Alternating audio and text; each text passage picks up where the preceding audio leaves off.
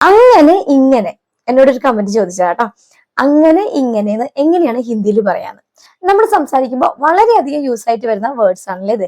അങ്ങനെ പറയല്ലേ, അല്ലെങ്കിൽ അങ്ങനെ പറയരുത്, അങ്ങനെ ചെയ്യരുത്, ഇങ്ങനെ ചെയ്യൂ എന്നൊക്കെ നമ്മൾ പറയാം അല്ലെ. അപ്പൊ അങ്ങനെ ഇങ്ങനെ എങ്ങനെ പറയും? ഹിന്ദിയിൽ പറയുന്നത് വേസ, അങ്ങനെ വേസ, ഇങ്ങനെ ഏസ, ഏസ, ഇങ്ങനെ ചെയ്യൂ, ഏസ കരോ. ഓക്കെ, അങ്ങനെ പറയരുത്, വേസ മത് ബോലോ, വേസ മത് ബോലോ, അങ്ങനെ പറയരുത്. അല്ലെങ്കിൽ വേസ നെഹി ബോൽന എന്നും പറയാം, വേസ നെഹി ബോൽന. ഇനി ഇങ്ങനെ ചെയ്യൂ, ഏസ കരോ, ഏസ കരോ, ഇങ്ങനെ ചെയ്യൂ, ഇങ്ങനെ ചെയ്യല്ലേ, ഇങ്ങനെ ചെയ്യല്ലേ, ഏസ മത് കരോ. അവിടെ മത്തോ അല്ലെങ്കിൽ നെഹിയോ രണ്ടും പ്രയോഗിക്കാം കേട്ടോ. മത്ത് എന്ന് പറയുമ്പോൾ ഒന്നും കൂടി കുറച്ച് ഓർഡർ രൂപമാണ് കേട്ടോ. അങ്ങനെ ചെയ്യരുത് എന്ന് നമ്മൾ പറയുന്നതാ മത്ത്. ഇനി ഇങ്ങനെ വേണം നമ്മൾ പറയില്ലേ, ഇപ്പൊ എവിടെയെങ്കിലും ഒരു കാര്യം ചെയ്യാൻ കൊടുക്കുമ്പോ ഇങ്ങനെ ചെയ്യണം കേട്ടോ എന്നൊക്കെ പറഞ്ഞു കൊടുക്കത്തില്ലയോ.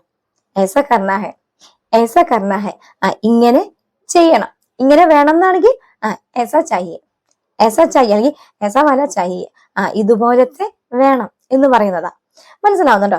അപ്പൊ അങ്ങനെ ഇങ്ങനെ എന്ന് പറയാനായിട്ട് വളരെ ഈസി ആയിട്ട് പറയാം വേസ ഏസ.